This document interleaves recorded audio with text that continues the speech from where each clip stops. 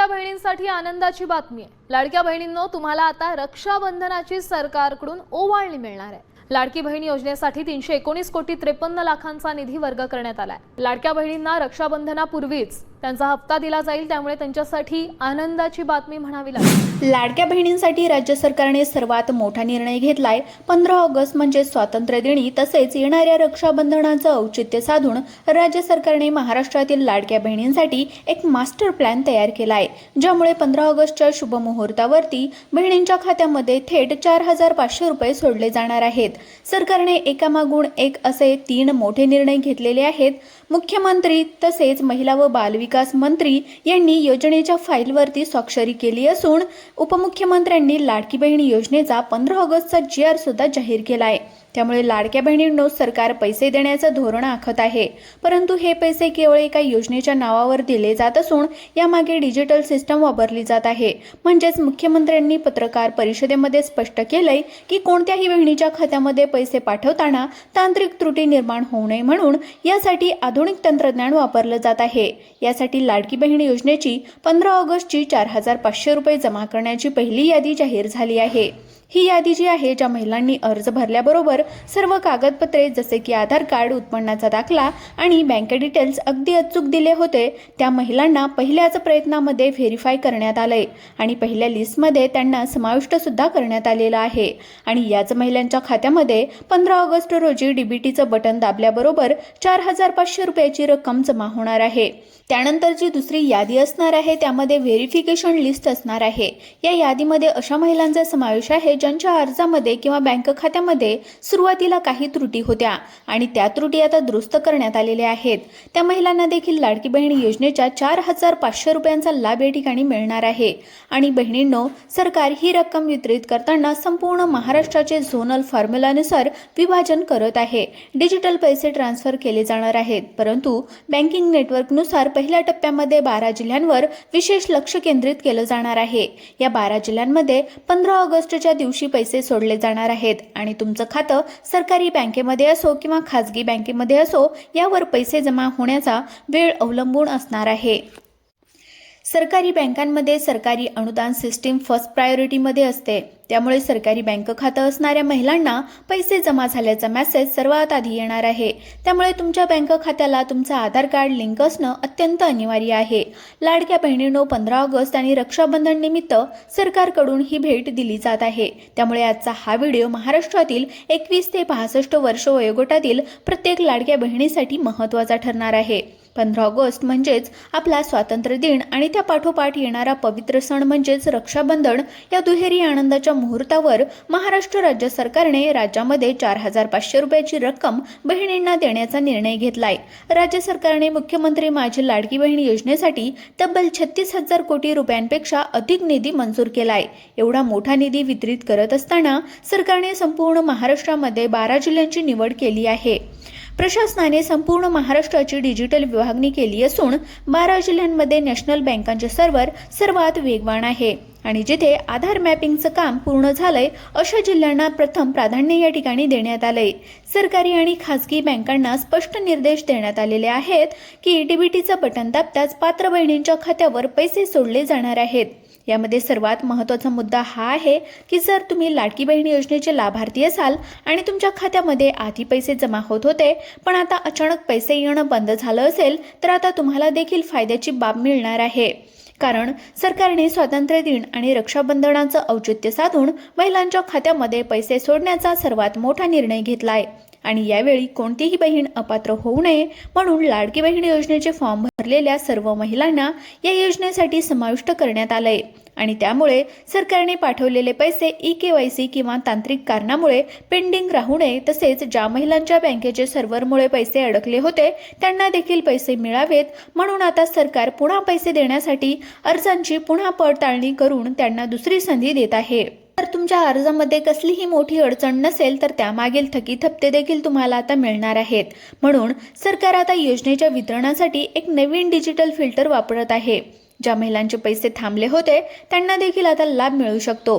त्याचबरोबर तुमचं नाव देखील आता ग्रीन सिग्नल लिस्टमध्ये येऊ शकतं.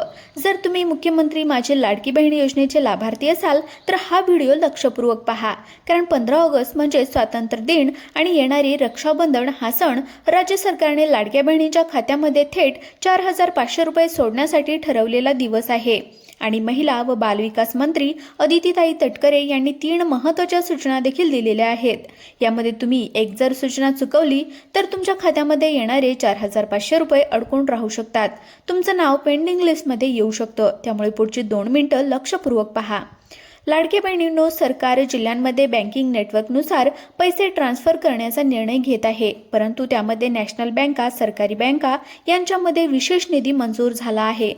तर यासाठी NCPI मॅपिंग देखील लावण्यात येईल. काही बँकांमध्ये 30% निधी सोडण्यात आलेला आहे, तर काही बँकांमध्ये 75% निधीचे वितरण या ठिकाणी पार पडले आहे.